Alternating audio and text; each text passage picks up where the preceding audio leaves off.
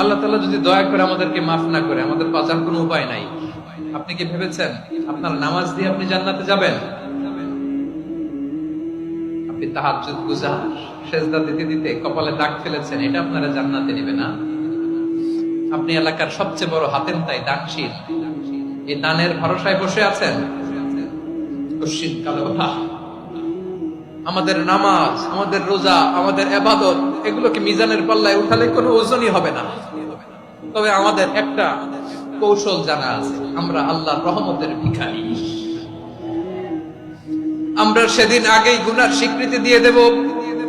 আমরা বলবো, আল্লাহ তুমি প্রশ্ন করার আগে তোমার একটা কথা বলি, আমার কিছু জিজ্ঞেস করো না, আমি সব করেছি। এমন কোন পাপ নাই যে পাপ আমারে দিয়ে হয় নাই।